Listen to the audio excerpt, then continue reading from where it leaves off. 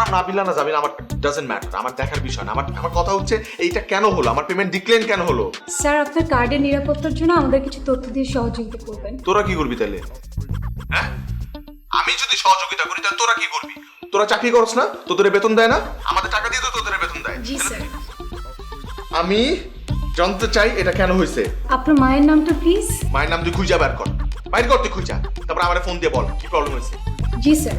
যত সব ফালতু কাদেরকে নিয়ে বসায় রাখছে।